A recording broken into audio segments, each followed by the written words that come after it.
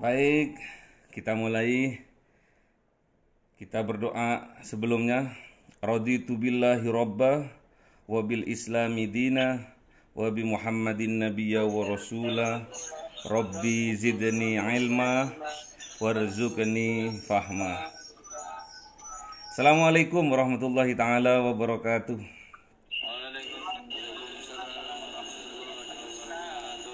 Gimana kabarnya adik-adik, anak-anak? Alhamdulillah. Siapa hari ini yang mau presentasi? Ada? Wah, ditanya presentasi langsung hilang semua. Siapa yang mau presentasi kemarin? Mbak-mbak kayaknya kemarin ya. Mbak Bina kayaknya Mbak Bina. Mbak Bina.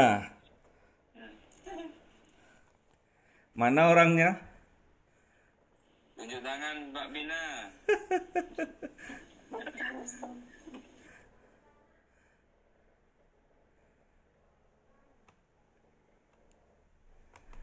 Baik.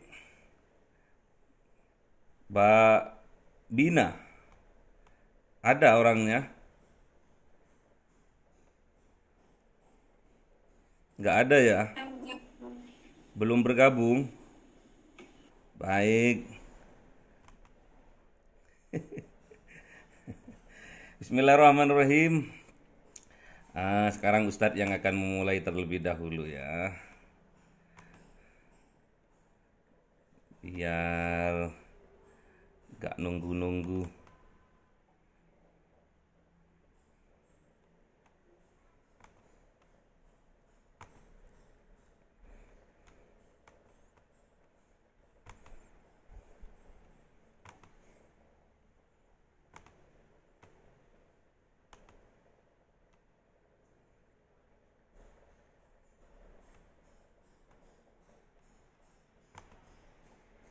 Sudah masuk?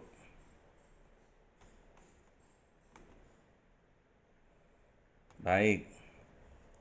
Bismillahirrahmanirrahim. Kita sudah masuk ke subbab planning, perencanaan. Karena di sini tentang bisnis syariah, kita semua sandarkan kepada syariah. Jadi kalau sudah judulnya syariah, ya kita sandarkan kepada syariah. Bisnisnya bisnis syariah.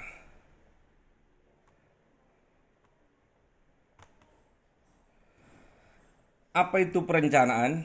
Perencanaan adalah menurut Stone dan Winkel adalah proses pemilihan tujuan organisasi, penentuan kebijakan dan program yang diperlukan untuk mencapai sasaran tertentu dalam rangka mencapai tujuan dan penetapan metode yang dibutuhkan untuk menjamin agar kebijakan dan program itu dapat dilaksanakan sesuai dengan kemampuan SDM dan kondisi yang berkembang. Itu menurut Strong dan Winkel.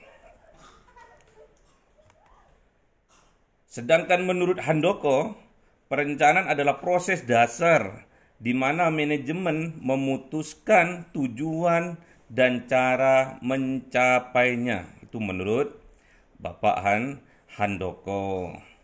Sedangkan menurut Bapak Hafiduddin dan Tanjung, planning atau perencanaan itu adalah kegiatan awal dalam sebuah pekerjaan dalam bentuk memikirkan hal-hal yang terkait dengan pekerjaan agar mendapatkan hasil yang optimal atau maksimal. Ya, itu menurut Pak Hafiduddin dan Pak Tanjung. Kenal ya? Punya bukunya? Gak punya bukunya Pak Tanjung? Beli ya. Kalau nggak punya beli biar dibaca-baca. Dan menurut Draft, perencanaan adalah tindakan untuk menentukan tujuan organisasi dan apa yang dibutuhkan untuk mencapainya. Alatnya apa, metodenya apa, itu menurut draft. Jadi harus ditentukan di awal sebelum melakukan aktivitas. Sedangkan menurut Abdullah ini orang yang rendah hati, yaitu hamba Allah. Perencanaan menempati posisi yang sangat penting, bukan penting, penting. Jadi, yang sangat penting dalam manajemen karena merupakan fungsi pertama dan yang utama dari aktivitas manajemen yang sangat berpengaruh terhadap fungsi-fungsi manajemen lainnya dalam pencapaian tujuan organisasi. Ada yang masih ingat fungsi manajemen itu ada berapa? Fungsi manajemen function ada berapa? Ada yang tahu? Pak Vina tahu? Disingkat POAK. Nah, ada berapa? Ada 4. Yang pertama planning, yang kedua organizing, yang ketiga actuating, yang keempat control ya. Jadi disingkat dengan POAK. Masih ingat ya? Fungsi-fungsi manajemen harus diingat. Itu inti dari sebuah fungsi di sebuah perusahaan. Baik perusahaan perorangan maupun perusahaan yang sudah go internasional ya. Kesimpulannya, perencanaan dalam arti yang umum adalah proses menentukan tujuan organisasi yang ingin dicapai dan apa yang harus dilakukan.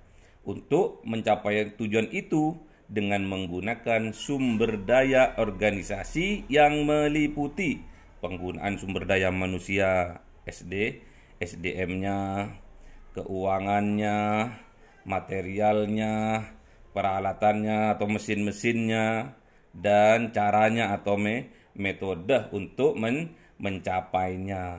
Ini kesimpulannya ya.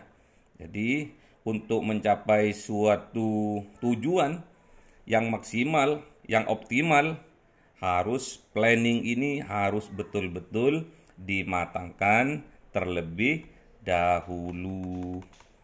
Jadi fungsi manajemen ada 4. 1. Planning, 2. Organizing, 3. Actuating, 4. Control ya. Sedangkan perencanaan dalam perspektif bisnis syariah adalah kegiatan awal bisnis syariah dalam bentuk memikirkan hal-hal yang terkait dengan bisnis yang dijalankan agar mendapatkan hasil yang optimal. Nah, jadi perencanaan dalam bisnis syariah adalah suatu keharusan yang mau tidak mau harus dibuat. Harus dibuat awal. Sampean masa mau jalan-jalan aja kalau nggak di planning, aku mau jalan-jalan, mau cari angin, nggak bisa. Pasti ada tujuan. Kalau pas bulan Ramadan biasanya cari apa? Cari malam, ngabuburit ya. Itu pasti ada tujuannya. Kemana? Cari takjil, cari makanan, pasti ada. Itu hal yang simple ya. Jadi mustahil kita mau jalan-jalan kemana, pasti ada tujuannya. Kapan-kapan jalan-jalan ke Malang ya, bareng-bareng ke Malang, cukup 1 minggu di Malang ya. Tempat, makan, semua ustadz yang tanggung ya. Tapi nanti kalau ke tempat rekreasinya, bayar sendiri-sendiri. Ya gitu ya. Apa landasannya?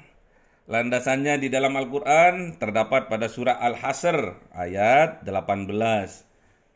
Ayo Mbak Vina, tolong dibacakan. Surat Al-Hasr ayat 18 beserta artinya.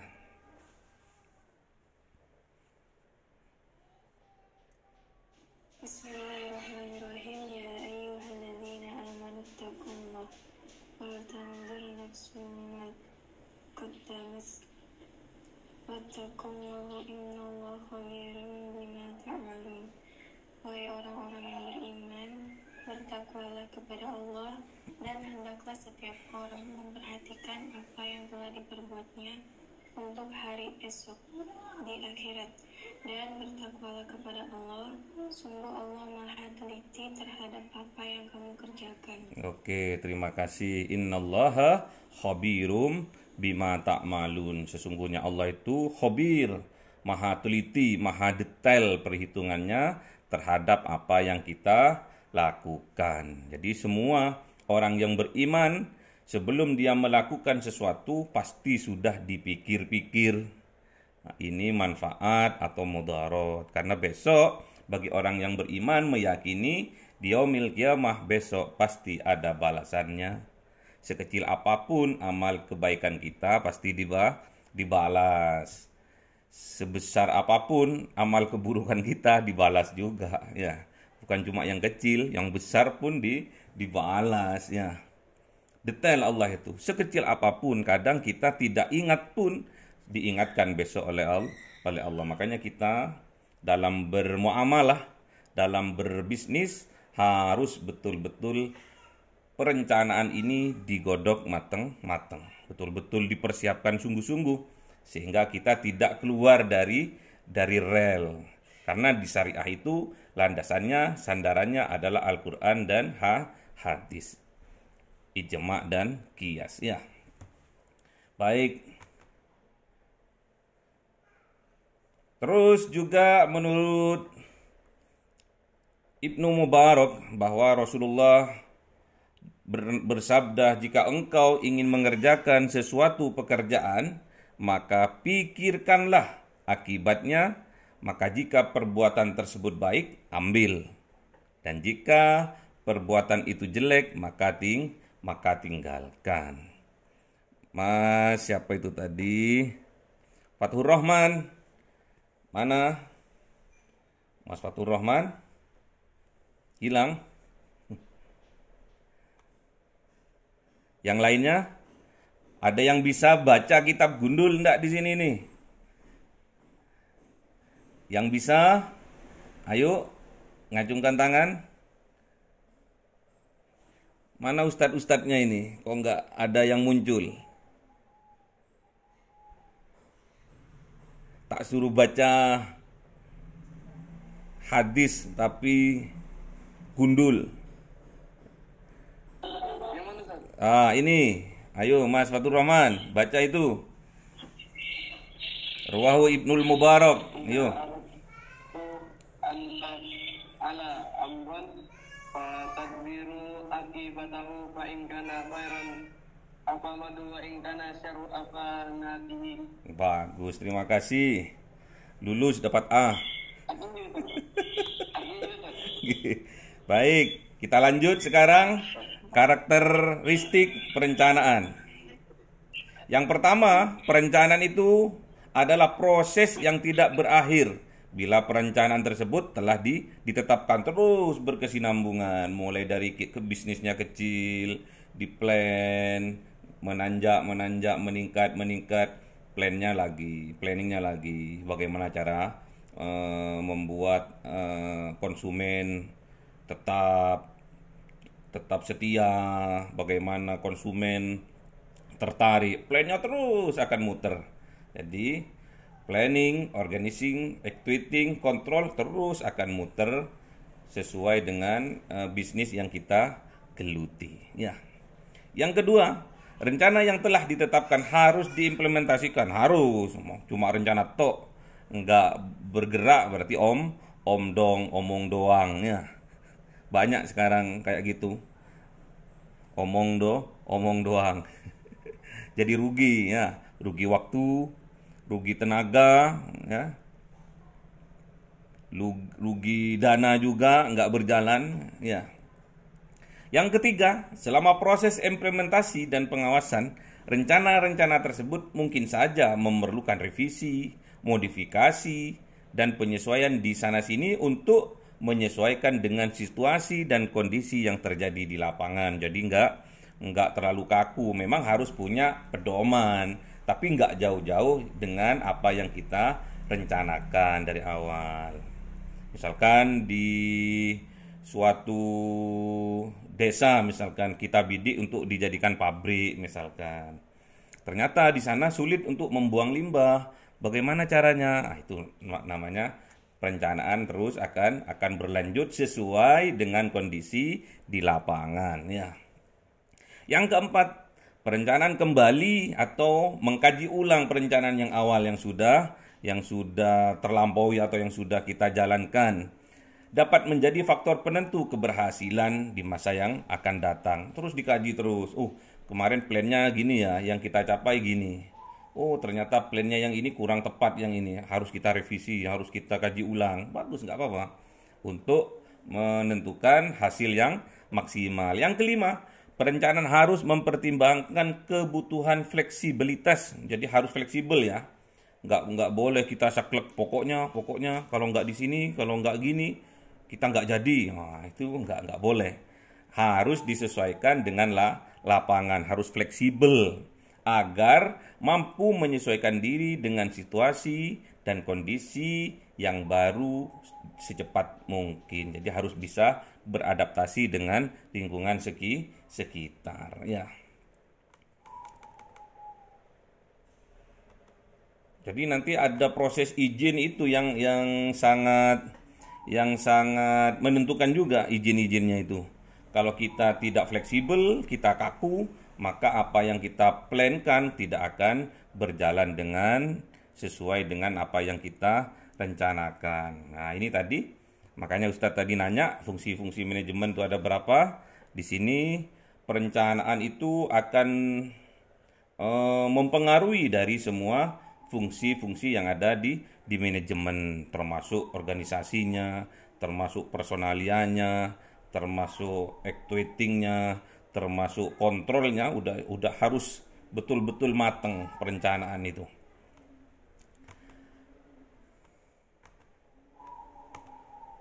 Kiat-kiat menyusun perencanaan. Ini ada berapa? 1, 2, 3, 4, 5. Ada 5 kiat-kiatnya ya. Yang pertama, 1, didasarkan pada sebuah keyakinan bahwa yang dilakukan itu adalah baik. Jadi kalau nggak baik ditinggalkan. Kalau baik kita teruskan, bismillah ya. Asalkan jangan mau bisnis sabu-sabu, nggak boleh ya. Buat pabrik terus diselipkan sabu-sabu, nggak boleh. Kita kalau jelek tinggalkan, kalau baik bismillah ya. Yang kedua, dipastikan betul bahwa sesuatu yang akan dilakukan dalam perencanaan itu memiliki banyak manfaat, bukan cuma keuntungan ya, bukan cuma keuntungan materi saja. Kalau di syariah itu maslahahnya ya, ke masyarakat banyak manfaatnya juga ya, terus barokah juga ya. Jangan sampai cuma untungnya tok. Kalau untungnya tok itu kapitalis ya. Yang ketiga, didasarkan pada ilmu pengetahuan yang berhubungan dengan apa yang akan dilakukan dalam perencanaan itu. Misalnya, perencanaan bisnis bidang transportasi. Jadi harus ngerti, supirnya harus ngerti akan mobil, terus harus ngerti alurnya kemana, misalkan ada bisnis Gojek, Grab, itu harus paham alurnya seperti apa. Terus sepedanya misalkan ada kerusakan, ini rusak apanya harus paham ya. Masa nanti nggak ada bensinnya, ini kok nggak jalan-jalan gitu kan. Ternyata nggak ada bensinnya, dikira mogok, dikira rusak mesinnya, ternyata nggak ada bensinnya ya. Terus yang keempat, sebelum membuat perencanaan sebaiknya dilakukan dahulu studi banding dengan perusahaan sejenis yang terbaik pengelolaannya dan sukses dalam pelaksanaannya. Nggak usah ke perusahaannya, ke orangnya saja. Misalkan punya teman, punya saudara atau punya kenalan yang ia sukses dalam karirnya, menjalankan bisnisnya, terutama dalam bisnis syariah, kita nggak apa-apa sharing ya. Sharing, nanti baru kita dapat masukannya itu yang akan kita maksimalkan di perencanaannya. Yang terakhir, harus dapat dibayangkan bagaimana prosesnya dari perencanaan yang disusun tadi sampai pada realisasinya, sehingga memudahkan kita untuk memahami dari mana kita memulai, menuju kemana, dan bagaimana hasilnya. Harus kita punya forecast ya. Apa forecast itu? Forecasting. Apa forecasting itu? Ada yang tahu forecasting? Apa forecast? Forecast itu peramalan ya. Jadi kira-kira nih, dengan plannya yang seperti ini, kira-kira ini ke arah mana ini? Kita pasarkan ke arah mana ini? Ke arah selatan, misalkan ke kota B, ke kota A. Karena di sana memang kekurangan akan stok beras, misalkan kita mau bisnis beras, misalkan ya. Terus cara mendistribusikannya bagaimana nih? Pakai trailer, pakai pickup atau pakai truk, misalkan. Jangan pakai truk, pakai pickup aja karena jalannya kecil, misalkan, atau jembatannya kecil, misalkan. Itu harus kita sudah bisa mengira-ngira. Terus hasilnya nanti bagaimana? Itu udah dapat kita pastikan. Kalau kita biayanya sekian, kalau nanti kita jual sekian, untungnya sekian, nanti antara kelebihan dikurangi biaya, itu akan ketahuan nanti ya untungnya berapa. Ini tahap-tahap perencanaan. Yang pertama, menetapkan tujuan jelas. Harus kita punya tujuan yang jelas. Kita mau bisnis apa nih ya. Yang kedua, merumuskan keadaan sekarang. Keadaan sekarang misalkan, di sebuah kota ini, di sebuah desa ini, keadaannya memang memprihatinkan, misalkan nggak ada orang yang jual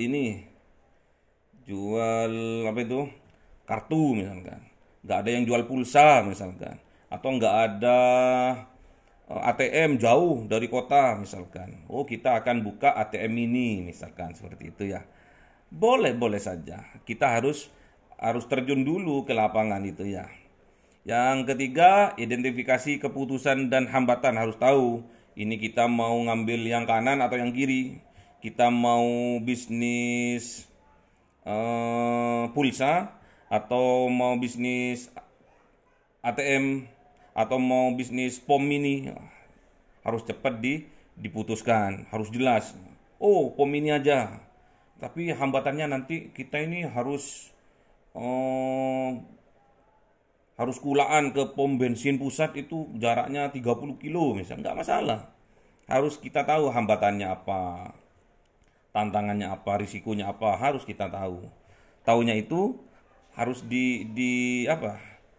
harus kita terjun ke lapangan biar kita tahu, nanti hambatannya seperti ini. Bisa enggak aku melampaui hambatan ini?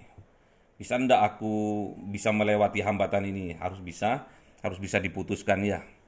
Terus yang keempat, mengembangkan serangkaian kegiatan. Harus mulai dari produksinya, mulai dari distribusinya, harus betul-betul ditata. Terus mulai dari pemasarannya, terus mulai bagaimana kita pelayanannya, semua harus sudah diatur atau direncanakan sedemikian mungkin di awal. Itu namanya planning atau perencanaan. Tujuan udah jelas, tujuannya ya untungnya.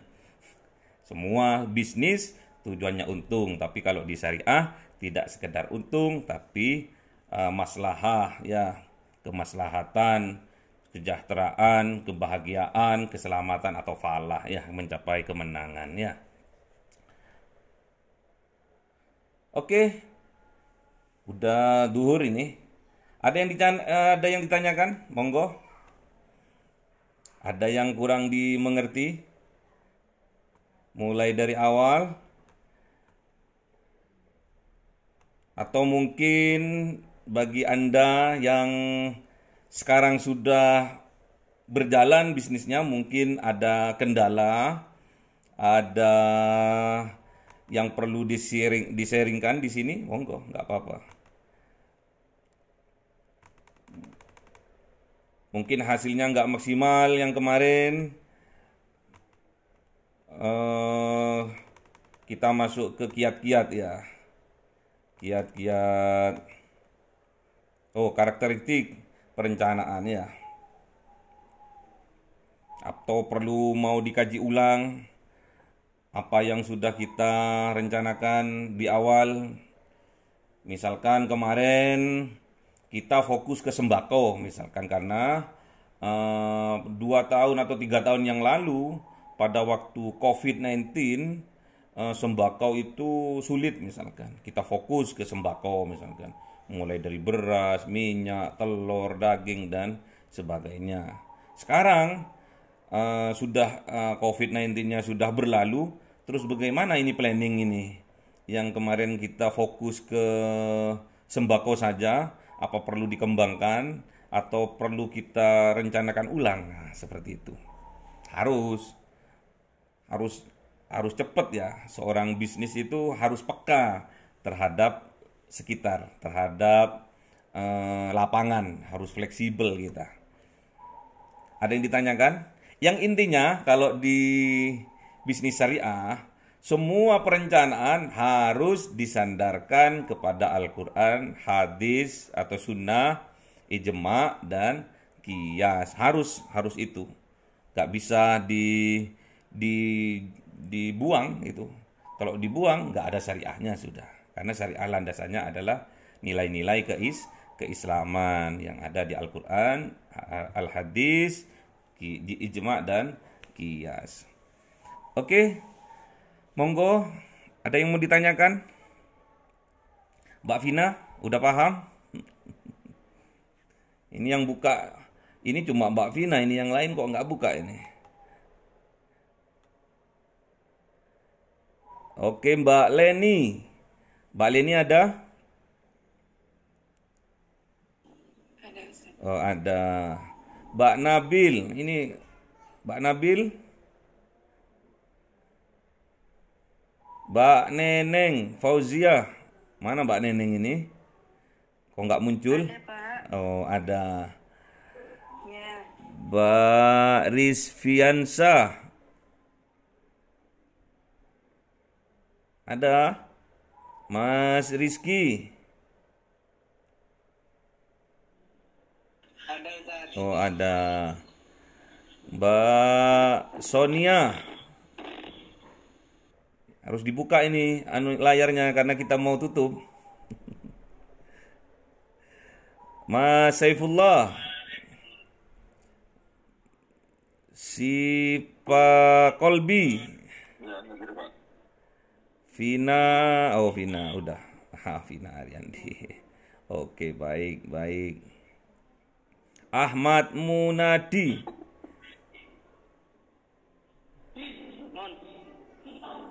Mun, mana Mun? Amrul Mustafa, Armed Roif, Biadikal Khair. Waduh, ini Biadikal Khair ini. Cuma tangannya tok ini yang khair. Wajahakal Khair, wajahnya mana? Eko Setiawan. Oh, siap. Fajar Nurholis. Siap. Oke, Fatur Rahman sudah. Oke, baik. Baik, adik-adikku, anak-anakku, ada yang ditanyakan? Atau sudah paham semua ini?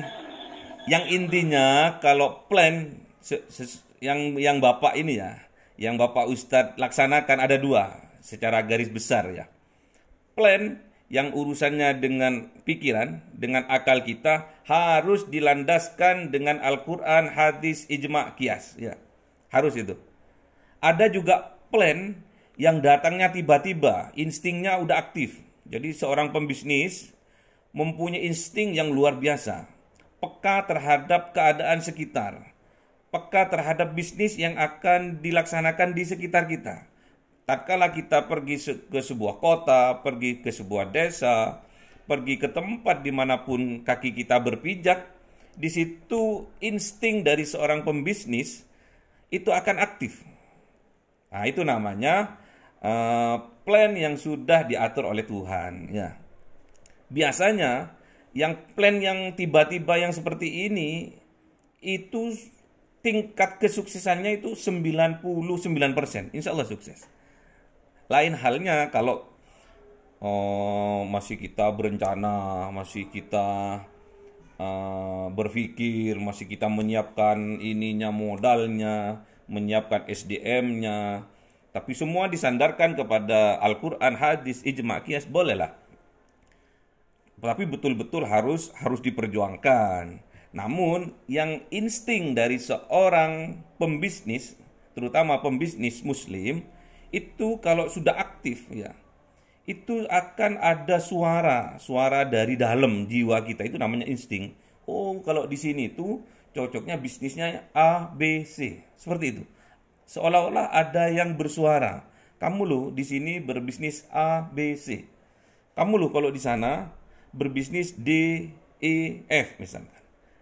Ada suara seperti itu. Itu sudah instingnya sudah diasah, sehingga setiap seorang pembisnis yang sudah instingnya udah aktif lah, dzikirnya terus nyambung dengan Allah, dengan Tuhannya, itu mudah mendapatkan petunjuk dari Allah itu langsung seketika. Dimanapun kaki kita melangkah, berpijak, turun dari pesawat, turun dari kereta, turun dari bis, pasti di situ ada peluang-peluang bisnis yang harus kita buka atau kita kembangkan misalkan. Oh, ternyata saya punya teman di sini, ternyata bisnisnya nggak berkembang, saya akan bantu. Karena kelemahannya dia itu di sebelah kanan, kiri, oke, kan seperti itu ya. Jadi semua, kalau instingnya sudah aktif ya, semua apa yang kita lakukan itu dipermudah sama Allah. Dan juga bisa mempermudah teman kita, atau sahabat-sahabat kita, atau saudara-saudara kita yang lainnya. Jadi kita itu seorang pembisnis yang muslim, pembisnis syariah, itu kalau dia sukses bukan untuk dirinya saja, tapi juga bisa mensukseskan orang lain. Itu loh, barokahnya di situ. Kalau seorang pembisnis yang didasarkan memang kepada keimanan dan ketakwaan kepada Allah. Kalau kita sukses, kita bisa mensukseskan teman-teman kita itu. Kalau kita berhasil, kita bisa membuat berhasil teman-teman kita yang belum berhasil. Itulah barokahnya kalau kita belajar di manajemen bisnis syariah. Di situ ada campur tangan Tuhan, ada campur tangan Allah di dalam setiap apa yang kita lakukan. Harus kita yakini itu. Landasannya adalah ketakwaan kita kepada Allah. Dimanapun kita, keberhasilan kita sudah menggaung kemana-mana. Tatkala kita punya teman di kota A, di kota B, tatkala kita berkunjung ke situ, pasti ada dari dalam, ada motivasi, ada himmah untuk membantu teman kita, saudara kita, agar bisa juga sukses seperti kita, gitu ya. Semoga kita ditakdirkan oleh Allah menjadi pembisnis syariah yang berhasil, yang sejahtera, yang kaya raya, dan dermawan harusnya ya. Oke, baik, terima kasih pertemuan kita kali ini. Semoga apa yang Bapak Ustadz sampaikan dicatat sebagai amalan yang barokah, yang manfaat, sehingga bisa menghantarkan kita ke arah kesuksesan, kebahagiaan, keselamatan dari dunia sampai akhirat. Cukup sekian. Assalamualaikum warahmatullahi taala wabarakatuh. Waalaikumsalam warahmatullahi wabarakatuh. Waalaikumsalam warahmatullahi wabarakatuh. Ketemu minggu Sabtu depan. Sabtu depan adalah subbab organisasi, organizing. Jadi planning, organizing. Siapa yang mau maju untuk belajar presentasi, dipersilahkan. Itu sebuah poin ya. Poin itu yang harus kita gali sebetulnya. Lawan itu kemalasan, ketakutan, malu. Kalau sudah waktunya harus kita fight. Harus kita berani untuk jihad di situ. Kita harus hijrah ya. Dari yang biasa-biasa menjadi yang luar biasa gitu ya. Tapi kalau hijrahnya tidak diiringi dengan jihad, kesungguh-sungguhan, itu bullshit.